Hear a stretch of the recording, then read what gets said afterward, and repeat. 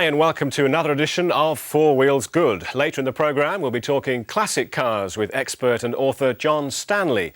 But first we return to Detroit, the home of the world's largest international motor show. For the last 2 weeks the massive Cobo Centre has witnessed new vehicles, spectacular launches and hot automotive news stories. However, for some motoring journalists the free gourmet food may seem a little more attractive. Go on, get one of those. I want a bite. I want a bite of that. I'll put it over there. No, I want a bite of it. It's nice. Oh. On this week's Four Wheels Good, we'll be checking out the cars and the food. And Mike will be doing something strange with the roads and generally having a really good time at where are we, Mike? Mike, where are we? Don't speak with your mouth full. The Detroit Motor Show. The Detroit Motor Show. That's great. America.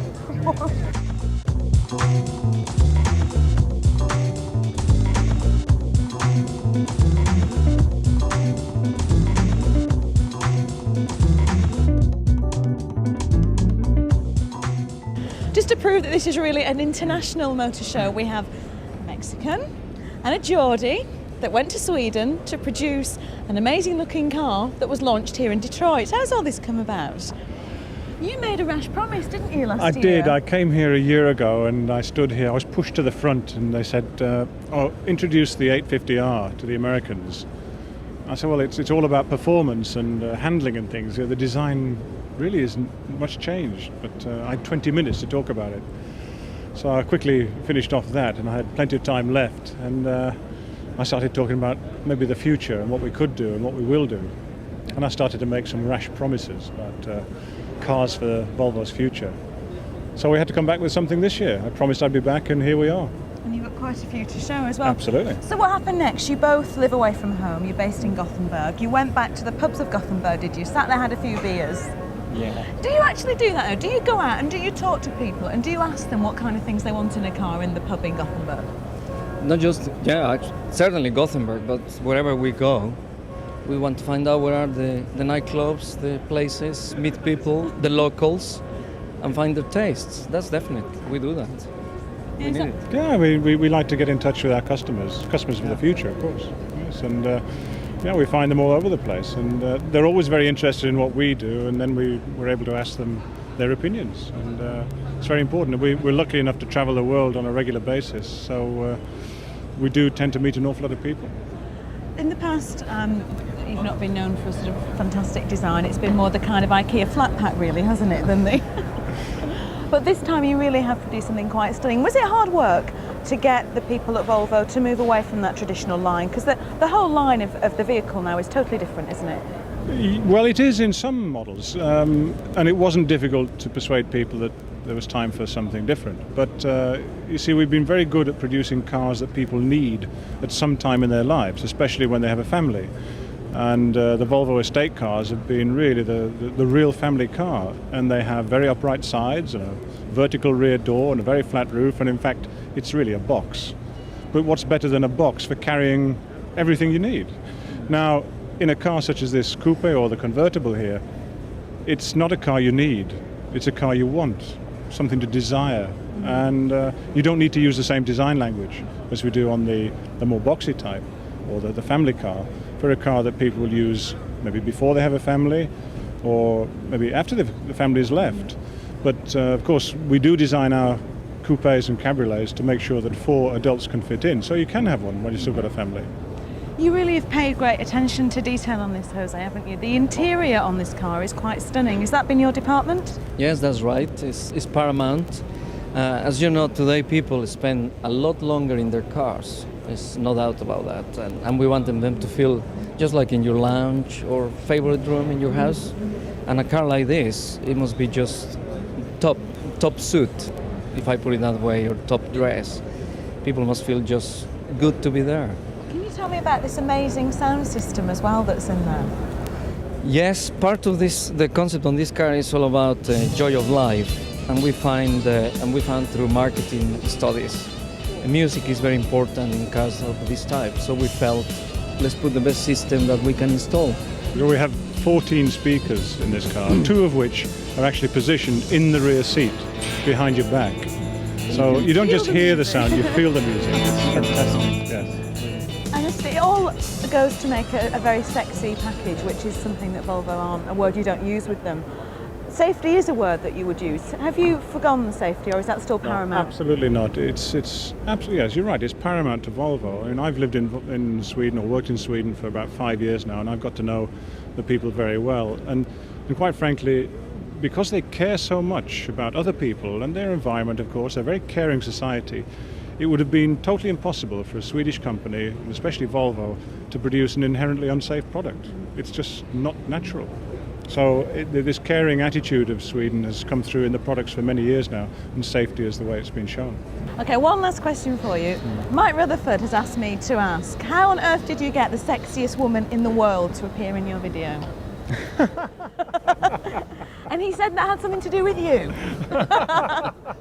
It's just the joy of life, you know. You need women around. Yeah? I have to say that, and I hope women feel the same, needing men around. Oh, I think So we do. we as designers look at that way, and that reflects this So you- association of life. And the other thing you said was, do you still have her phone number? She just happened to be passing by when we were making the film. I mean, you know, it's just luck, It really. was very lucky. I'll tell him that. He'll be devastated. Thanks Okay. both very much. Bye-bye. Thank you. Lots of talk about alternative fuels at the LA and Detroit motor shows, but it's fair to say that Chrysler, yet again Chrysler, have come up with the ultimate alternative fuel car. We're talking not electric, not hydrogen, not nitrogen, not methane, but fuel cells. What, in layman's terms, Chris, is a car that runs on a fuel cell? A fuel cell is, many of you may remember back in high school chemistry, if you split water with electricity, you generate hydrogen and oxygen. A fuel cell does that in reverse. It combines hydrogen and oxygen to produce water and electricity. Okay, but how does the car work in practical terms? You turn up at a gas station or wherever. What do you put in the thing? Okay, well the problem has been not with the oxygen, because you get that from the air just like we do in today's engines. The problem has been, where do you find hydrogen? You can't find it very easily at all. So we have a mechanism at Chrysler, technology development, where we take gasoline or petrol, store it on board the vehicle like we do today, so you can use all the same petrol stations that you find, and then we convert the petrol into hydrogen on board the vehicle transparently to the customer, and then the hydrogen is consumed in the fuel cell to produce water and electricity. So it's essentially putting the refinery for making hydrogen on the vehicle, so that the customer doesn't have to go searching for a hydrogen station in vain. Sounds expensive. You've got an onboard refinery. That means a lot of gadgets and gizmos that you wouldn't normally have on a car. How much more expensive does it make that car? Well, the refinery is basically conventional technology, you know, spark plugs, heat exchangers, catalysts, fuel injectors. There's no rocket science under the hood, under the bonnet of a car. The cost challenge is in the fuel cell. They've been used in space, but not on Earth, for a good reason. They're very expensive. If you take a fuel cell and put it in a car today, it maybe costs $30,000 instead of $3,000, like for a conventional engine. Okay. So 10 times too much. But a few years ago, I seem to remember it would have been more like 50, 100 times more. So the cost is coming down. Cost has come down dramatically, as has the size. So we feel sufficiently encouraged by the pace of progress to think that if we can indeed use gasoline as a fuel or petrol as a fuel to start off, then this technology has a lot of merit going for it. It can be extremely efficient, extremely clean, quiet, require very little maintenance because there's no oil change, for example, and still provide the long range and the quick refueling that we've come to expect from today's cars. So basically the best of an engine and the best of a battery combined. Performance and economy, very quickly. Fuel economy we expect to be at least 50% better than today's engines, even though it uses the same fuel. Performance is still an issue. It's still an issue hanging out there. Start up on a very cold morning. It's like a big catalytic converter under your hood of your car. So it still takes several minutes to warm up, which is unacceptable for the customer. So we're working aggressively on trying to reduce the startup time to something maybe less than a minute, so that you only need a very small battery on board the vehicle to get you started rather than a large one like we need today. Motor shows are all about new products and what we can expect from the future. This vehicle behind me is proof that design really is going back to the old inspirations and to more retro styling. This is Porsche number 1, the 356, and it's still looking fantastic after nearly 50 years. Well, we're fortunate enough to be with another vice president from the GM Corporation, and that's Roy Roberts. Have I pronounced the name right? That's right, Roy Roberts. You're responsible, Roy, for the Pontiac and GMC divisions of General Motors. That's right. Talk us through the sort of products that you sell. Well, on the Pontiac side, we're the excitement division. We build sporty products for younger people in this country, and we've been around for about 75 years, and we have some very, very exciting products. And on the truck side of the business, what we call our sport utilities and pickups and vans, we build an assortment of products on that side that are more upscale, more premium than you might find from other manufacturers. Now, truck is a confusing word because trucks to us are those big things that carry goods around. Trucks to you guys, well, you tell me what an American truck is for the normal family. Well, let me tell you, in this country, if you look at pickups or sport utility vans, they become more car-like over the years than passenger cars. And in this country, you know, about 45% of our sales of the domestic big three, Ford, General Motors, and Chrysler, really is comprised of trucks as we know them. That's vans, pickup trucks, and sport utilities. And we see that balance continuing to shift and people continuing to buy more trucks. What is the obsession with the pickup truck in America? It's not as if you see people driving around with furniture in the back or goods in the back very often, but all these guys are driving around with these huge beds in the back of their car which can carry loads that they never seem to carry. Well, in some cases they do. They want the flexibility of a truck. And quite often for the sport utility, they want the safety of it because you tend to ride or sit a little higher in that product. And let me tell you, people are leaving sports cars and they're leaving luxury vehicles and they're moving to the truck side of the business. But when they move over, they want the flexibility of a truck, utility of a truck, but they want all of the amenities they had in their passenger car. And that's why you've got things like double cabs, 2 rows of seats, so you can put the kids in the back, the grandma, the uncle, whoever in the back, and the wife in the front, or the husband. We call that an extended cab, and you're right, it can haul more passengers, and people like to haul their stuff. If that's a bowling ball, if that's their attaché case, you name it, or golf clubs, they can stick it in that back seat, so it's very practical from that standpoint. A lot of guys, perhaps not university-educated guys, but guys with a basic education, guys and women come to that, can earn a very good living working in a car factory in Detroit, right? Oh, there's no question. In Detroit or anywhere in the United States of America, the wages are really very competitive, and people can be very well compensated. If you look at the U.S. dollar, it can be the equivalent of $41 an hour. That's all in. That's salary and benefits. So yes, a person can. Let's get this straight. It's much more difficult for a person with no education to even work in our factories.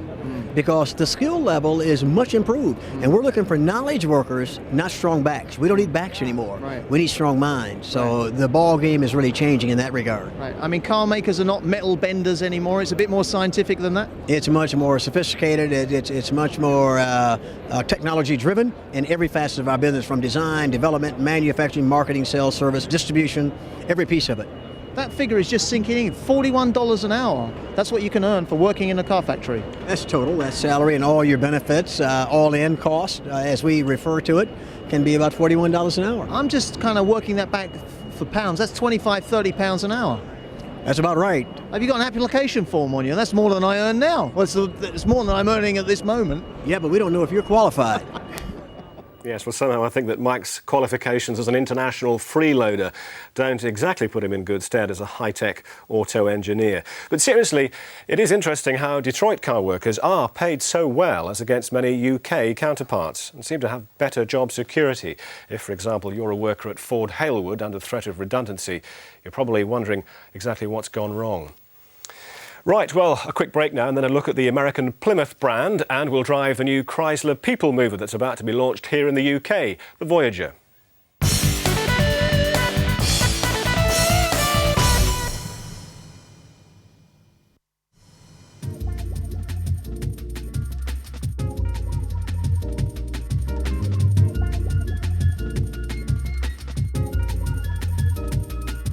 Well, you remember we spoke to Ray Roberts, the boss of Pontiac, and he was very enthusiastic about his products, and justifiably so, I think, because look what they've come up with here. This is something called the Rageous, which I think is a great name for a car. Rageous as in outrageous, and it certainly is.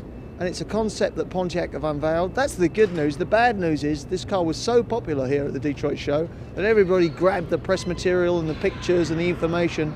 And we know very, very little about it at this stage, but it's quite obvious, really. It's an American muscle car. It's a big, big statement from Pontiac. And this is what I call a real American muscle car. Well, we've had enough of talking to the blokes at the Detroit Motor Show. I'm pleased to say that we tracked down one of the top female executives at the Chrysler organisation, and that's Rocky Rockingham, who happens to be Detroit's fastest driver. Now, how do I know that? I am the Chrysler Plymouth brand public relations manager. That's right. And what is the Plymouth brand? I mean, Plymouth is a historic name. People in the UK and Europe have heard of Plymouth, but not for a few years. What does Plymouth do these days? Plymouth is one of our revitalized brands, and we're really doing some work in revitalizing the particular brand.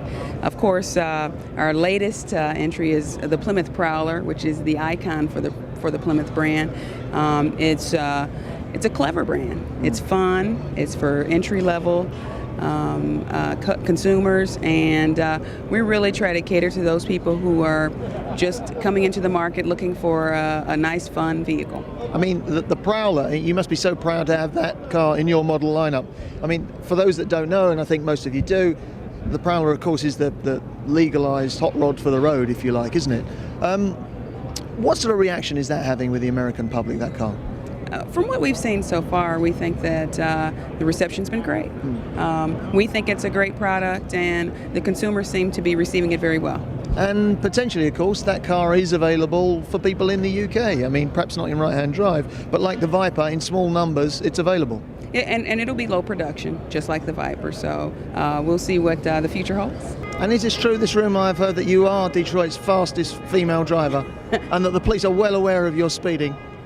I keep up with the flow of traffic. Next month sees a piece of American motoring heritage arrive in Britain. Chrysler's Voyager, the original people carrier, will go on sale. So, seeing as we're on American shores, we asked a true American, Steve Parker, to test it out for us.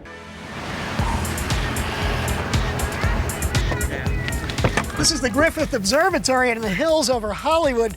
Now, when you come to an observatory, you want to look at the stars. Well, when Chrysler looked at their stars about 10 or 12 years ago, they were almost out of business. So they brought a new executive over to run the company from Ford. His name was Lee Iacocca. He had an idea for a vehicle called a minivan. Now, in Europe, these are called MPVs, like the Renault Espace, the Toyota Previa. But this is the big one in America.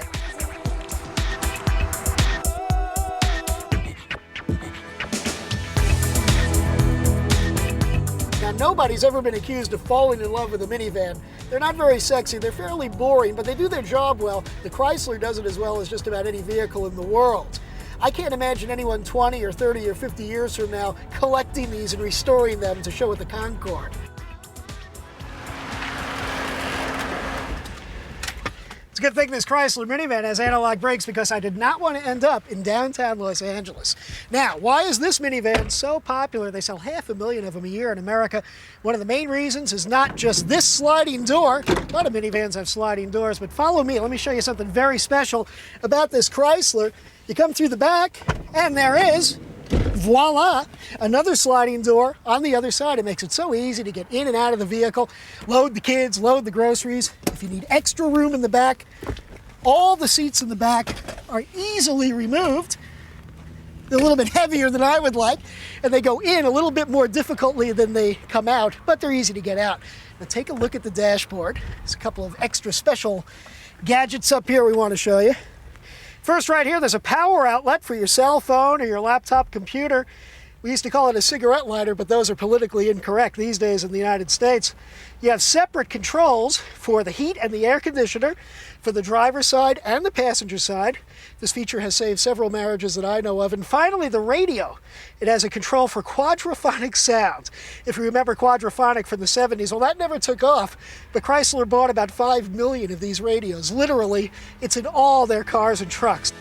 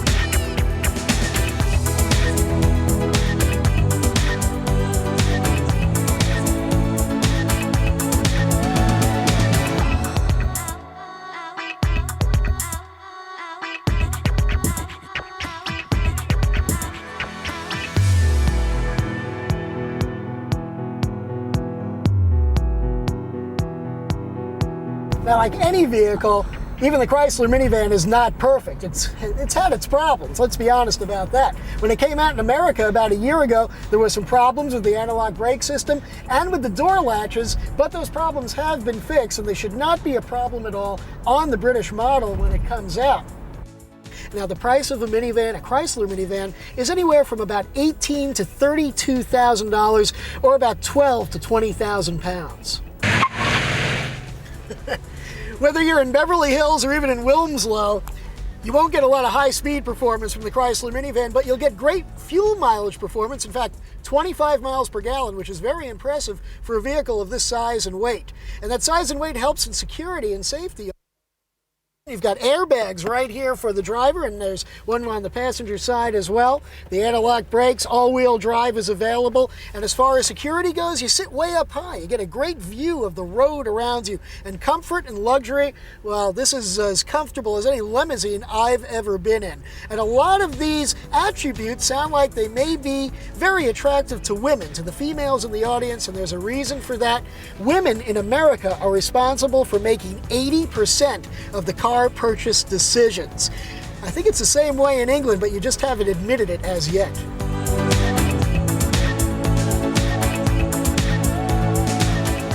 Now here's another name that you probably haven't heard of, Saturn, another company that's part of the GM empire.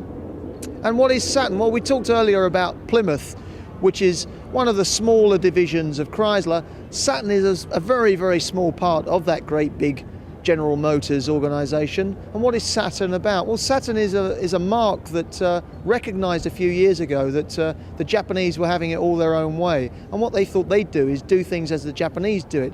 And what they also decided to do is make the buying experience a much more pleasurable thing.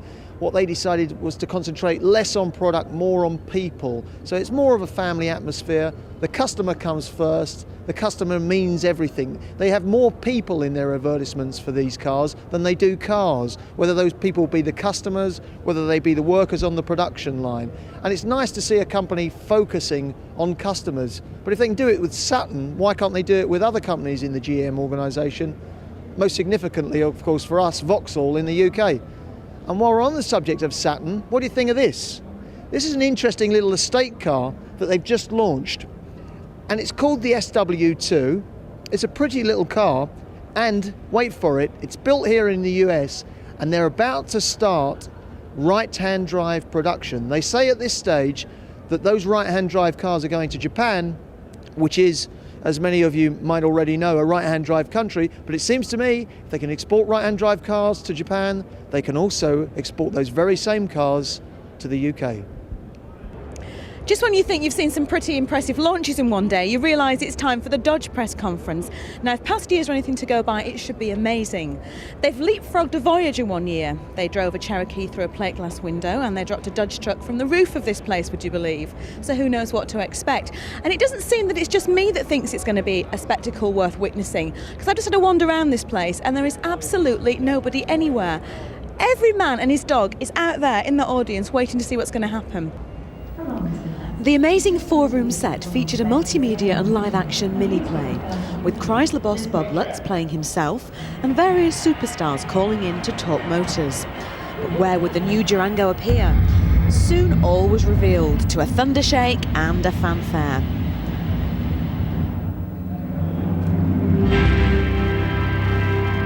The Durango is an important new model for Chrysler, because as a company they need to satisfy the Americans' growing appetite and obsession with 4x4 vehicles, or SUVs as they like to call them over there. It's placed directly alongside General Motors' Tahoe and the Ford's new concept, the Tremor, which was also unveiled at Detroit. The Durango offers great versatility. It's an off-road vehicle, almost crossed with a people mover. It can comfortably seat up to 6 people and their luggage, and there's a powerful engine range to choose from. There's a 6-cylinder 3.9 and 2 8-cylinder engines, a 5.2 and a 5.9. Now, if all this has whet your appetite and you want to dash off and buy one, I'm afraid the bad news is that the new Durango won't be on sale in the UK just yet.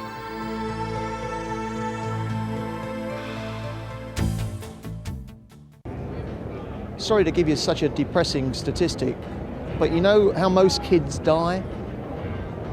It's not through ill health or AIDS or underage drinking or drug abuse or violence or any of those things. It's through car accidents. And the figures are staggering. Thousands of people are dying unnecessarily because they're not buckling up in their cars. Now, it's the corniest and it's the most boring subject going in a way, but we're talking about saving lives. You've got to get the kids out of the front seat, you've got to get them onto the back seat, they've got to be wearing their seat belts at all time. And they're so worried about the problem at Chrysler, one of America's largest car manufacturers, that they've launched this campaign to get kids in the back seats with their seat belts on and out of that front passenger seat where there's possibly an airbag that could do the kid more damage than good. And what they're doing is they're trying to educate parents, they're trying to educate teachers through these pamphlets that are being sent to schools, and obviously they're trying to educate the kids themselves. And it's a campaign that I think is very simple, very cost effective, and we should have a similar campaign in the UK. What it needs is a major manufacturer, perhaps with an organisation like the AA or the RAC, teaming up to get the message across in the UK. And the result is that you save literally thousands and thousands of young lives. It's very, very simple. If you've got a car with an airbag in the front, even if you have a car without an airbag in the front for the passenger, get that kid in the back with his seatbelt on. Well, I've got to say, I find it amazing that laws need to be made to persuade people to belt up. You'd think common sense and self-preservation would make it kind of automatic. Well, we have one more report from the Detroit show, and Mike still hasn't managed to get that promised interview with the elusive boss of the biggest car corporation, General Motors. Join us after the break to see if he completes his quest.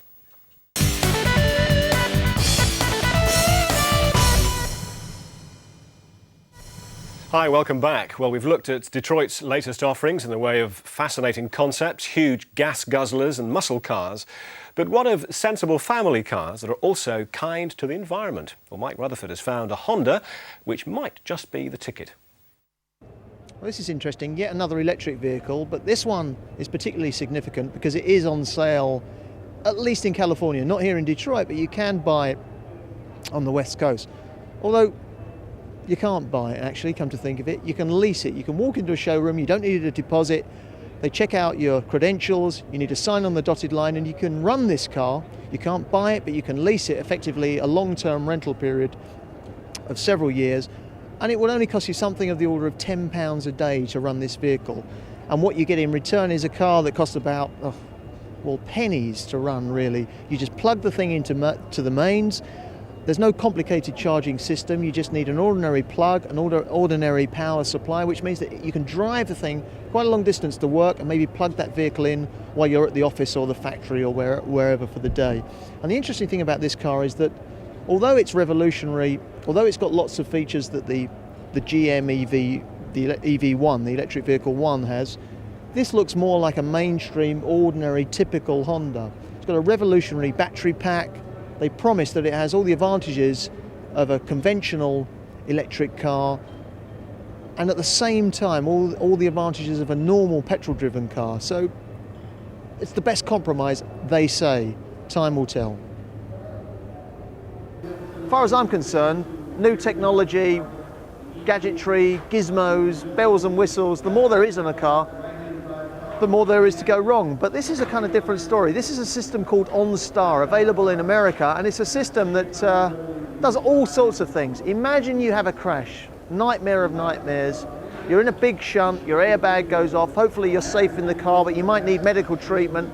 None of this business about waiting for somebody to arrive and call 999, or as it is out here, 911. Crash the car, and immediately the emergency services are called automatically. Your location is transmitted to the emergency station, and immediately they know about it. More likely, well, hopefully, you're not going to be in a situation like that very often, but, you know, locking yourself out of a car is a common occurrence. Lock yourself out of a car, contact online, and they'll open your car by remote control. Can you believe that? What about that you're driving along and you need some medical attention? Maybe you're not feeling too well, maybe, I don't know, maybe the passenger in your car has got a serious medical problem, a heart attack perhaps.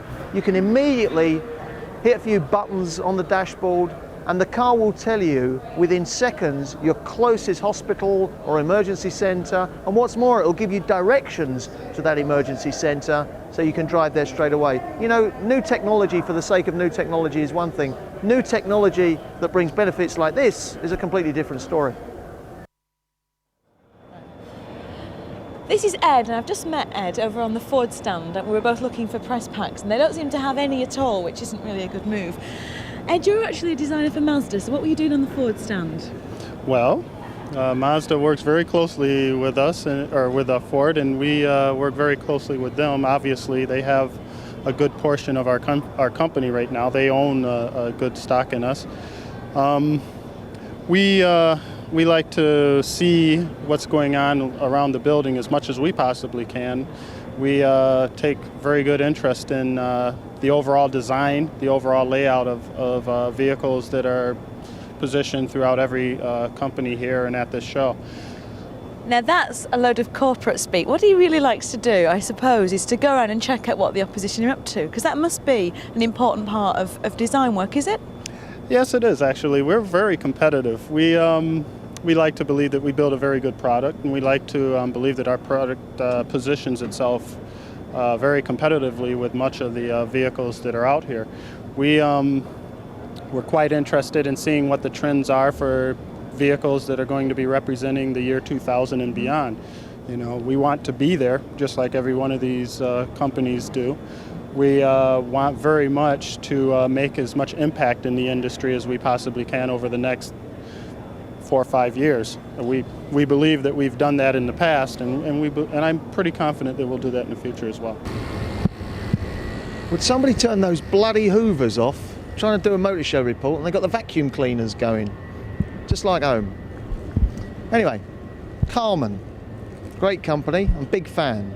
In my garage at home, I've got tucked away in the corner an old Carman gear convertible Beetle, and it's a great car. And of course, Carman are the company that's been responsible over the years for things like the XK8 convertible, I don't know, the Escort convertible, and the Golf convertible. Great track record, great company. Let's not forget the Carman gear coupe, of course, as well, another classic. And yet, for the Detroit show, they brought out this, whatever it is. It's a monster, and in fact, it's my dog of the show. Of course, one of the most important considerations at a motor show is that we're all well fed, so we can carry on with the toil of looking at all these cars. And our vote so far for the best food of the show has got to go to Volkswagen. It's food you can actually taste, which in America is something that doesn't happen very often. But for Mike Rutherford, food was the furthest from his mind, as his mission impossible was yet to be completed. So far, Mike has got 2/3 of the way through his quest to interview the top 3 bosses of US car companies. Alex Trotman, chairman of Ford, no real problem for someone of Mike's talent. Bob Lutz, president of Chrysler. A bit of Mike's magic mouth around his aides and he got the interview. But the elusive Jack Smith, the main man at General Motors, the world's biggest company, was still just out of his grasp. Maybe there'd be an opportunity at a press conference at the huge Renaissance Centre, recently bought by General Motors for their Detroit headquarters. Our market share in Europe was not as strong as the prior year. It was off slightly, a couple of tenths of a point. Clearly, we're seeing a lot of price competition in the market as some of our competitors have excess capacity. Our next priority is to continue to run lean. And really, it's more than running lean in our own plants. It's really lean thinking in how we attack the total value added chain from the basic raw materials all the way to the customer in terms of the car being purchased or leased. There's a lot of waste in that system. Not all of it is at General Motors. You take through use research and so on. What about the new material you're going to use? The message from the consumers in Europe might be, we love the product, but we don't like the price because it's so much more in Europe than it is in the US. What's the reasons for that? Well, I think there's one big thing is there's more taxes in Europe than in the United States. I think the other point is that the cars have gotten very sophisticated in Europe. They got a lot of equipment on them, they got a lot of features on them, and inevitably the price goes up, and that's tough. It's not the case that you just want to make more profit per unit from the European consumer than the American consumer? The thing is, if you look at 1996 for the automotive makers in In Europe, they're not going to make a lot of money. So if they're not making any money and the consumer thinks the prices are too high, we got a big cost problem, right? So we've put a lot of equipment on the cars that, you know, the consumer only has so much money. Affordability is the name of the game, and we got to pay attention to it. Isn't it a question of what you can get away with? You can get away with much higher prices in Europe, so you exploit that fact. No, I'm trying to explain the situation. You're driving at a certain point, but that I don't happen to agree with you. We're not making, the auto industry in total isn't making a heck of a lot of money in Europe, so no one's getting away with anything. It's a question of we got so much on the car that the price is at a level where the people have trouble affording the car. That happens in the U.S. too. And it's a problem in this industry that the engineering guys and maybe the government is always wanting more on the car. And pretty soon the customer can't afford to buy the car. Any thoughts on your competitors and what they did at the show, particularly Chrysler? Some outrageous products. They we seem to be introduced the outrageous vehicle today. I don't know if you saw that. Did you? one of them. Outrageous. Well, short for outrageous. We said it's outrageous. That was Jack Smith, the boss of General Motors, the biggest company in the world, period. And we spoke to him exclusively for Men and Motors. Well, that was it, the 1997 Detroit Motor Show. I've been to too many of these shows, and I've spent too much of my life in Detroit. But for you, Ginny, this was the first one. What do you think of the North American Motor Show? I've been absolutely amazed, to be honest, just by the spectacle of it all. I mean, I listened to people call Birmingham and say it was a second-rate show, and I honestly thought that was a bit harsh. But after being here and seeing how well organised it is... You now know that Birmingham's a third-rate motor show. Oh, no, be careful. We're reviewers in Birmingham, you can't say that. But truly, in comparison, the organisation here and the spectacle is just amazing. It's really blown me away. Well, look, let's put it into context. There were about 22 genuinely new, never seen before cars at this show, and there was one genuinely new, never seen before car in Birmingham. So I think that puts it all into the right context. The other thing is that there's been 13 new concepts revealed here, and one of those concepts has stolen my heart. It's got my heart for the car of the show, and that's the Dodge Copperhead. I was a sucker for the Viper, sucker for the Plymouth, and I just can't wait to get my hands on it, really. I hope they make it. And for me, I'm afraid to say it's Chrysler again. It was the Chrysler Icon, that four-wheel drive vehicle. The older I get, the slower I get, and I want a vehicle like that. I'm an old guy. I can't drive around these sports cars anymore. But the great thing, of course, about Chrysler is that they, of all the companies, have a habit of putting their concept cars into production. So it probably will... for us both yet there, absolutely, I think. yeah. Well, we've had a fantastic time. We've seen an awful lot of great stuff, and Mike's going to be bringing some more reports from another show later in the month, because he is the true international freeloader. Yeah, I'll be reporting from Amsterdam, which will include a lot of hard work, actually, and a lot of early nights, no drinking, no fun, and work. Yeah. And if you believe that, you believe anything. I love a story with a happy ending. In part 4 of Four Wheels Good, a look at classic cars through the eyes of John Stanley.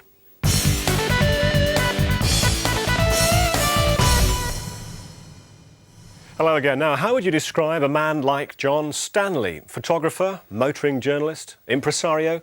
Well, any of those, really. In John's varied and successful life, one thing has dominated it, and it's his passion for classic cars. And now that passion has an output in this, the first of what will be an annual publication, the Stanley Classic Car Yearbook. How would you describe someone like John Stanley? Motoring journalist, photographer, rock music impresario, film producer, and now author of the Classic Car Yearbook 1997. We caught up with him close to his East Anglian home, looking round the legendary Downton Engineering Works near Norwich, a company that specialises in retro refurbing of classic Minis. But what is, in John's opinion, a classic car anyway? Well, that's a very difficult question, because realistically it's much more to do with nostalgia and your memories of cars than it really is the cars themselves. I mean, the RAC would have it 20-year-old as a qualification for competition, but in truth it's much more to do with the car that you first learned to drive, or that you met your partner in, or it's all to do with memories. Now, there are so many classic car coffee table books, and yours is called a yearbook, indeed a compendium. So how different is it? Well, the yearbook is, I mean, there are other yearbooks out there, but they're just price guides, really, and that's fine if you happen to know an awful lot about cars in the first place. The book is really designed to cater for the grown-ups, for people who haven't had a spanner in their back pocket for the last couple of decades, but who are now turning back with affection towards the car that they've perhaps first owned, or that they always fancied but were too busy with a career or setting a home up to be able to afford. And as a result, they now need a Bible that perhaps they can turn to. And that's a situation that's not being provided. The books at the moment are either coffee table celebrations of a special car, like a Ferrari or something, and they're all stock pictures, or they're actually buyer's guides, which are almost like telephone directories and don't really give you any opinion or any help. But our dads didn't always buy wonderful cars. I bet our dads bought some right old dogs. I mean, which ones are the real classics and which ones is it best to forget?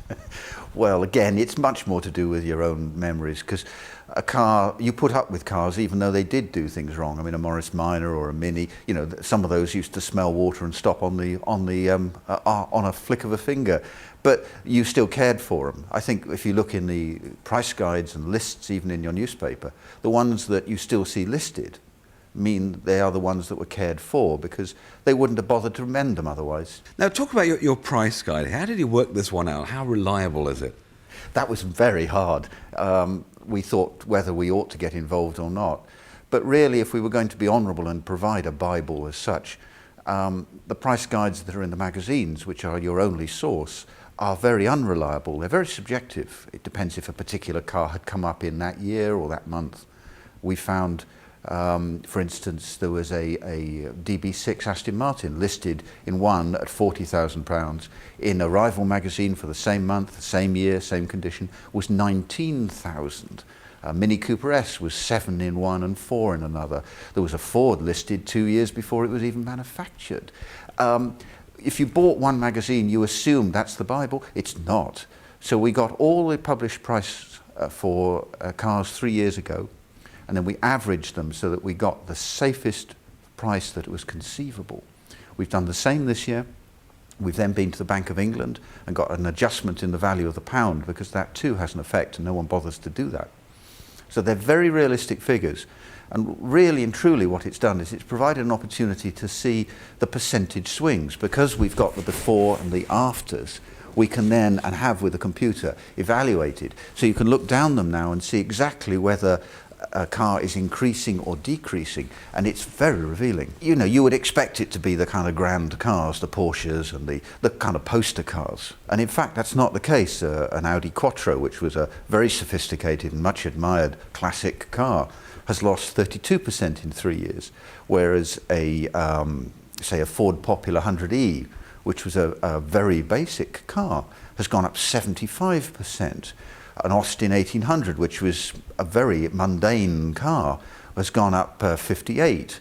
And this is because the large proportion of those people who are now turning towards cars are what are affectionately called the baby boomers. These are the people who dictated music fashions in the 60s and 70s. They were behind the Rolling Stones and the Beatles. They've been behind a lot of the movement in the city with profiteering in the 80s. And they've all now reached this point where they're looking back towards their youth. They're actually hanging on to their youth to some extent. I think probably most of us are. And as a result of that, they're buying the cars and looking at the cars that they remember. It may have been their parents' cars, it may have been their own, it may have been the one that they didn't get.